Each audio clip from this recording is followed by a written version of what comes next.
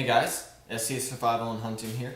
Today we are taking a look at part 19 out of 20 of our Bug Out Bag series. In this short film, we will be covering the hyper-redundancy aspect of bug out bags. Now, no matter what kind of bug out bag you make, no matter what you call it, no matter what you put in it, no matter your situation, you need to have hyper-redundancy. It is very important. Commonly heard in prepper circles is the phrase 2 is 1, 1 is none. That phrase is very true and should be looked at with high importance when you are building your bug out bag, when you are going through it, when you are reviewing it, testing it. You should have hyper redundancy. Now, hyper redundancy is very self-explanatory, but for those of you who do not know what I mean by this, it is basically if you have one fire starter, you not only want to have that single fire starter, but you also want to have a second fire starter. Just because if for some reason that one fire starter happens to fail, you want to have some backup. Because if you don't have backup, then if that one fire starter fails, then therefore you will not be able to make fire and you might as well just go die. Unless you use straight up primitive skills.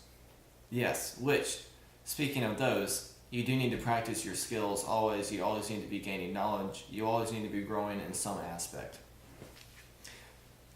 And I may add, with hyper redundancy, that does not mean, okay, I'm going to go to the store and buy a pack of 36 Bic lighters and put in your bag. No.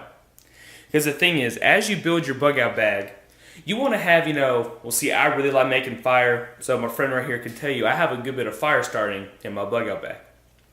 But I have several to where if 2 fail, I have 2 more ways to do it, and no more. But as you're building your bug out bag, like I was saying, the more knowledge you acquire, that means you should be able to take out less stuff, take out more stuff out of your bug out bag, and get it down to a very lightweight and durable and efficient way of using it. Now, I'm not saying if you learn how to do primitive fire starting, you take it out and only leave 1 fire starter.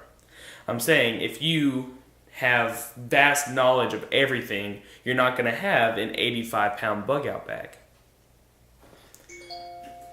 Excuse me, that was my phone. Anyway, so with that being said, hyper redundancy is important. You need to have more than one item for shelter, for water purification, for cooking, cutting tools, more than one, thing of food.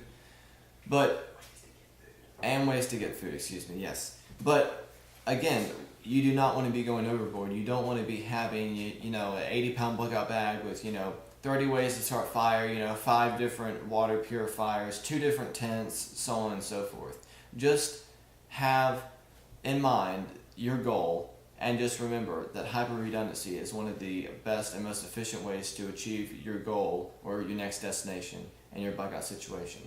So guys, just thanks so much for watching the video. We really hope you enjoyed it. Just please make sure to like, comment, subscribe, and remember, with the right knowledge, you can survive anything.